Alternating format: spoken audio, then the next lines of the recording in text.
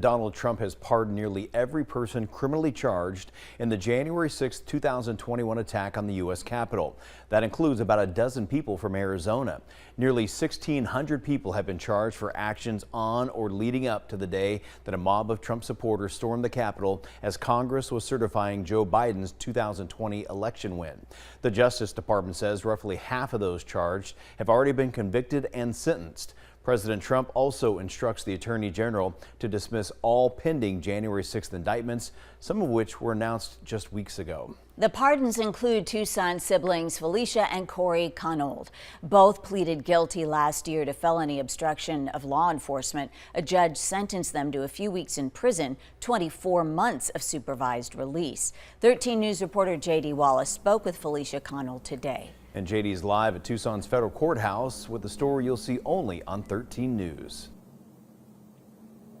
Well, Dan, even when President Trump was elected, Felicia Konold was not hopeful that she would be pardoned, which made the phone call she received so hard to believe.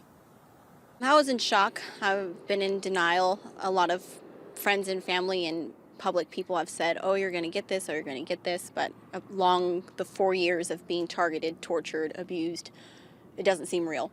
Felicia Konold fought charges against her for the January 6th insurrection for 3 years, ultimately accepting a conviction of obstructing law enforcement during civil disorder and aiding and abetting. That came with 45 days in prison and 2 years supervised release.